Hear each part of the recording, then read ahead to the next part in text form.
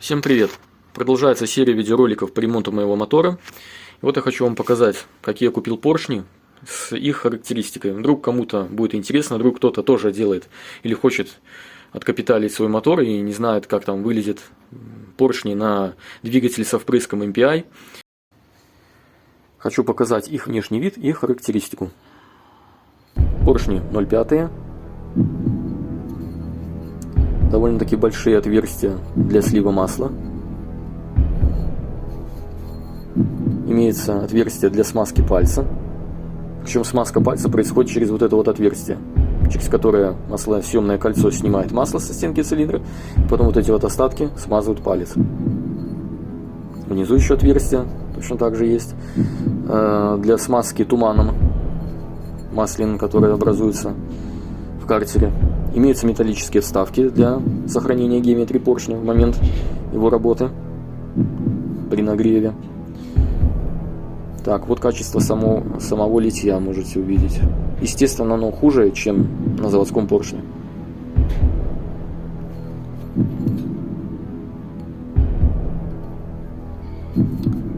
Так, давайте покажу заводской. Вот сам заводской. Эмблема Mitsubishi. Тоже вставки есть. Ну, качество литья здесь гораздо лучше. Ну, естественно, это же заводской поршень. Так, давайте пройдемся по характеристике. Производитель указывает, что его диаметр 84 мм, но это не так. На самом деле все поршни в минусе 5 соток. То есть у меня настоящий диаметр их 83,95. Далее показано, в каком месте от края юбки производить измерение внешнего диаметра поршня. И зазор между поршнем и цилиндром. Но я себе выставил зазор между 4 и 5 сотками. Я попросил росточника, чтобы он сделал больше. Потому что поршни не заводские, я не знаю, как они себя поведут в момент расширения. Поэтому я сделал зазор больше. Значит, вот эта вот надпись. Децкет как-то так. Написано 3 десятки. Это значит, что поршень имеет вот эту вот возвышенность в виде кружка вот этого вот. И она поднимается над донышком поршня на 3 десятки. Ну так она не видно, но на палец она ощущается. Высота, я имею в виду. Помимо всего этого я покажу, какой вес имеет каждый поршень. Покажу внешний вид пальцев. Ну и покажу, давайте, какие я заказал к ним кольца компрессионные и маслосъемные. Вот. Кстати, когда я покупал маслосъемные кольца, на сайте продавца не указан был их внешний вид. И получается, я купил кольца наугад. Но я с продавцом разговаривал и просил, чтобы как-то он там проверил, наборные ли они или корончатые маслосъемные кольца. Мне нужны были наборные.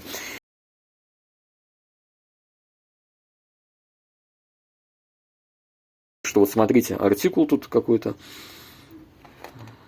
Made in Japan.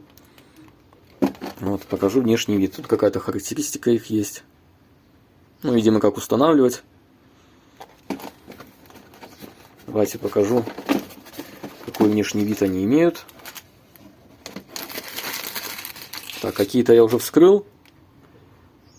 Видите, тут есть первое компрессионное кольцо, второе. Они такого темного вида, темного цвета. Конечно же, надписи есть, куда там что устанавливать. И вот наборные. Меня волновали больше всего наборные. Точнее, маслосъемные кольца какие придут. Ну и они пришли наборные. То, что надо. Позже потом покажу, как все это будет выглядеть в сборе. Приступим к взвешиванию.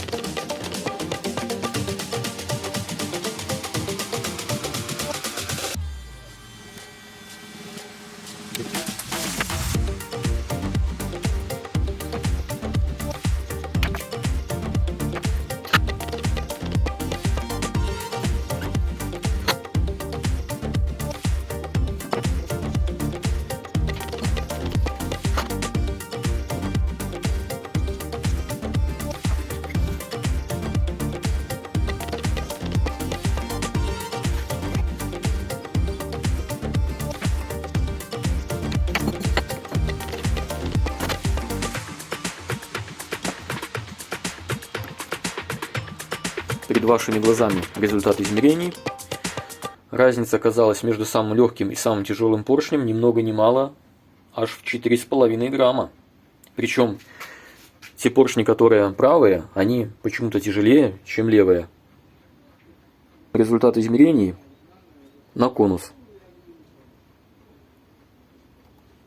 Показано, где я измерял, производил измерения, и результат. По поводу пальцев, которые идут в комплекте. Они поставляются в бумаге.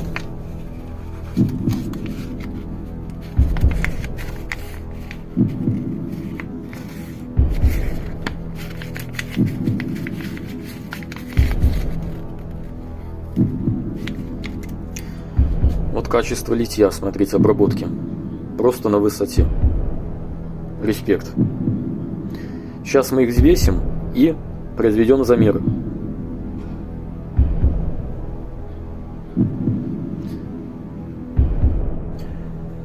В общем, все пальцы как на подбор, что по весу, что по внешнему их диаметру. Вот вес слева, справа, измерение микрометром. У меня есть калибр, все выставлено было как надо. И вот какие получились измерения. На примере одного шатуна покажу измерение общего его веса. Шатун без вкладышей. Ставим на весы.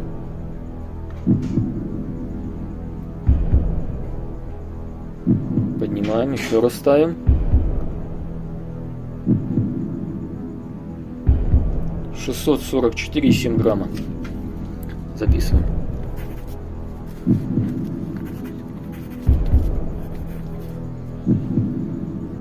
При измерении общего веса каждого шатуна результат получился следующий. Максимальная разница оказалась 4,3 грамма.